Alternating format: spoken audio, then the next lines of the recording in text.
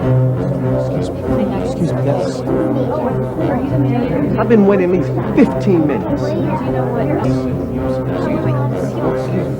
What is going on here? There's no crew here. Excuse me, are you the manager, sir? You know, we have a swim meet that we have to do. Excuse me, sir, are you the manager? I'm sorry, excuse me. Sir, where's everybody? Are you the manager, sir? Sir, we'd like this help over here, please. Where is everybody? We have been waiting here forever. We have a swim meet to go to.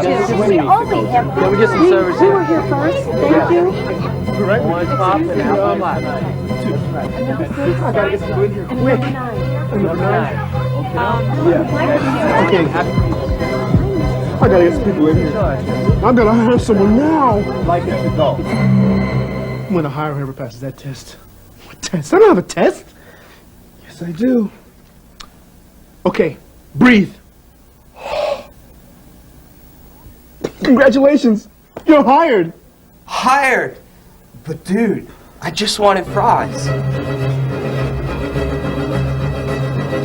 No!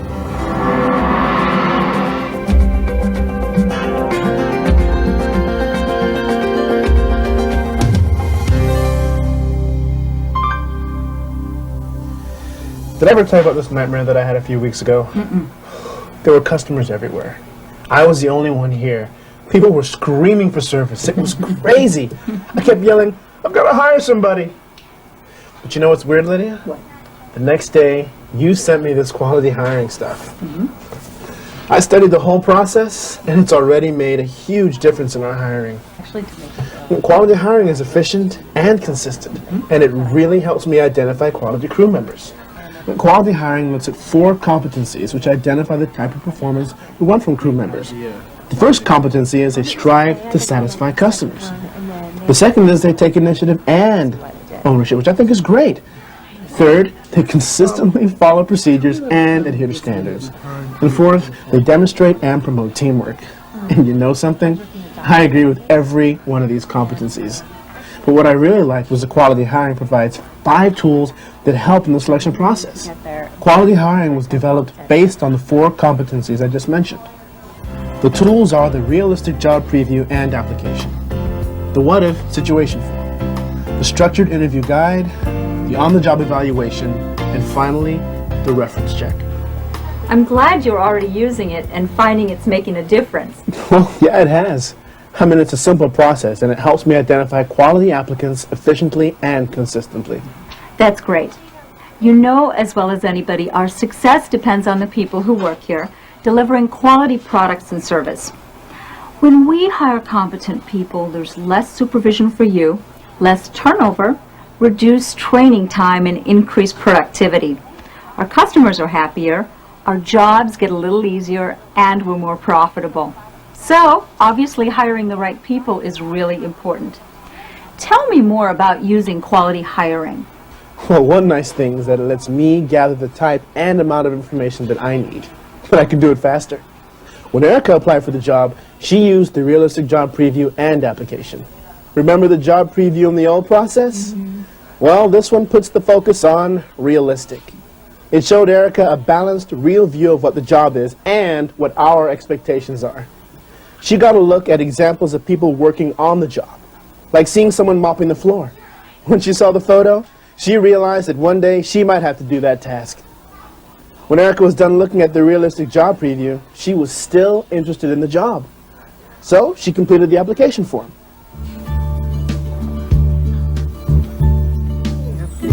After reviewing her application, I gave her the what-if situation form, which asks questions about potential job situations. Erica had to figure out whether the responses presented on the form seemed okay or not okay. While Erica worked, I checked the references she had provided on the application. You are working at the front counter, and a customer orders French fries. You notice that the French fries that are ready seem cold and limp. The crew member who is making fries tells you that those fries are too old to serve, but the fresh batch won't be done for several minutes. Would it be acceptable for you to serve the customer the fries that are done so the customer won't have to wait? Tell the customer he can have the old ones right away or wait for fresh ones. Now, tell the customer that you want to be sure the fries are fresh, so you will bring them out when they are ready. Now, have the customer stand off to the side and give him the fresh fries when they are ready. Did you notice that the information in this what-if situations form is the type of information we used to gather in the interview? Yeah, I did. And that's one of the biggest advantages of the system. It shifts the responsibility for gathering information away from us managers to the applicants. It's consistent with prepared questions, so it not only helps make accurate decisions, it's more efficient. Did you use the template to assess Erica's responses? I sure did. It's quick. If the applicant's evaluation is real low, then I conduct a courtesy interview and say, thanks for your time. I still want to keep them as customers. If the applicants do well, then I move on to the next part of quality hiring, the structured interview. So, now you've got interested job applicants with the realistic view of the job, and you know whether they'll be able to make the right decision in common McDonald's situations. Now that's a real advantage. How did the structured interview work for you? I used it with Erica and it worked. I used it again in the selection process of another applicant, James. The structured interview focuses on the applicant's past behavior. And since that's a great predictor of future behavior, it kind of gave me a glimpse at how both applicants might perform in the future. After we chatted a bit and James seemed relaxed, I told him I was going to ask some questions and take notes. And I encouraged him to answer openly. I mentioned that he'd have an opportunity to ask questions later. Central High, huh? Yep. Wow, that's great. So, James, tell me about a time when you noticed that a stranger was in need of assistance. Well, I helped this guy. Okay, describe the situation. Well, this guy from my neighborhood. I don't know him, but I've seen him around. Well, his car wouldn't start. Okay, what did you do? Well, I was on my way to school, and I saw that he was having trouble. So I kind of know a lot about cars, and I decided to help him fix the problem. Okay, and what was the outcome? Well, I got the car started. He was real grateful that we got it started, and I showed him how to get around the problem, in the future. And he gave me a couple bucks. I continued the interview with James, using the follow-up probes and taking notes as I went along. At first, he had a little difficulty answering my questions, but as I continued, he began to provide more information. I made sure that I controlled the pace and kept it focused. That way, the interview really only took about 10 minutes. I made sure that I got as much information as possible and didn't ask any questions that could reflect a bias or seem discriminatory, like are you married or do you have a car? Sticking to the interview guide kept me on track so I'd avoid questions like these. The structured interview not only helped me make a hiring decision, it also gave me the opportunity to project a positive image about McDonald's. That's important, because we want to keep them as customers even if we don't hire them as employees. I had already checked James's references, and with the help of the quality hiring tools, I decided that he would be a strong crew member. Quality hiring provides suggestions about conducting an interview, like making sure you aren't interrupted, reviewing the interview questions and crew member competencies before the applicant arrived, and being familiar with the interview evaluation sheet. They all help me look good and professional, and so they help McDonald's look good too. Sounds like James' interview went real well. How did Erica do?